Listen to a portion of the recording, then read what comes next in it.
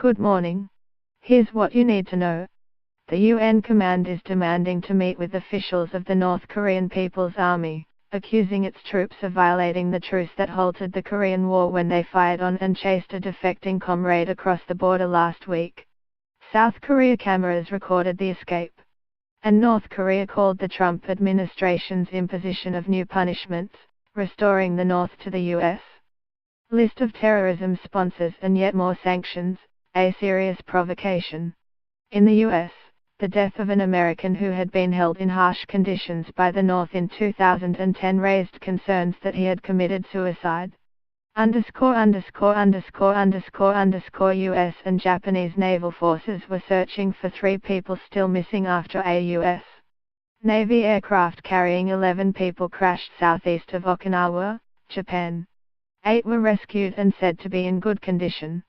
It was the 5th accident this year for the 7th Fleet, the Navy's largest overseas fleet, and the weight of repeated tragedy was reflected on its Facebook page. This year needs to be over already, a service member said.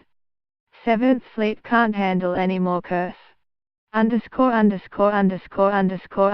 Europe closed what may be its most shameful chapter of bloodletting since World War II. After a trial that lasted years, the Bosnian Serb warlord Ratko Mladic was sentenced to life in prison by a UN tribunal. He was convicted of war crimes, genocide and crimes against humanity in the slaughter of Bosnian Muslims during the breakup of Yugoslavia, including the mass executions of 8,000 men and boys in Srebrenica. Our reporters note that European nationalist passions are once again on the rise. Public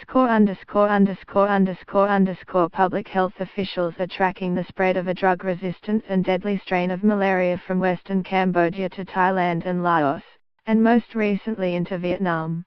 The new strain is impervious to 2 drugs that had the made former killer rare, artemisinin and piperacin. Outbreaks are threatening to upend years of worldwide eradication efforts. President Trump is at his resort in Florida for the Thanksgiving holiday, but he was up early on Wednesday, railing against a college basketball player's father, ungrateful fool. Mr. Trump insisted that it was his intervention that freed 3 UCLA basketball players detained in China for shoplifting. Mr. Trump has also come out in support of a Republican Senate candidate, Roy Moore, who's accused of sexually accosting girls as young as 14. From Washington, a tangled message. U.S. regulators plan to end net neutrality expands the powers of major internet providers, while a suit to block AT&T's merger with Time Warner reigns one in.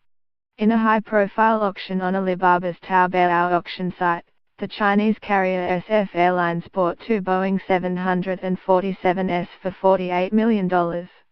China's biggest pork companies are racing to build vast hog farms in the northeastern core belt, reshaping the country's $1 trillion pork market.